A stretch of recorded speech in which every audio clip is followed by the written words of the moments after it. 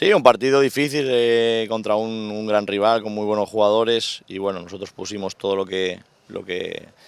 estuvo en nuestras manos, los jugadores se vaciaron, lo intentaron de todas formas y por desgracia no tuvimos la eficacia arriba para conseguir los 3 puntos. Bueno, lo que hace ganar los partidos, el gol, creo que defensivamente el equipo estuvo muy bien, no permitió generar peligro, al contrario, con el balón también tuvimos una posesión muy elevada, generamos muchas ocasiones también, así que nos faltó solo la puntada final. Bueno, reclamé al cuarto árbitro que no entendía por qué por pegar no sacaba tarjeta y por hablar sí, y simplemente por eso vino y me expulsó. La verdad que me sorprendió porque en ningún momento le falté al respeto, no sé, la verdad que me sorprendió desde el principio, se puso ahí al lado mío, en el cuarto árbitro, Quintana, no sé qué es lo que quería, porque tiene que estar en medio de los dos y bueno, cosas que pasan, por desgracia, cosas que pasan.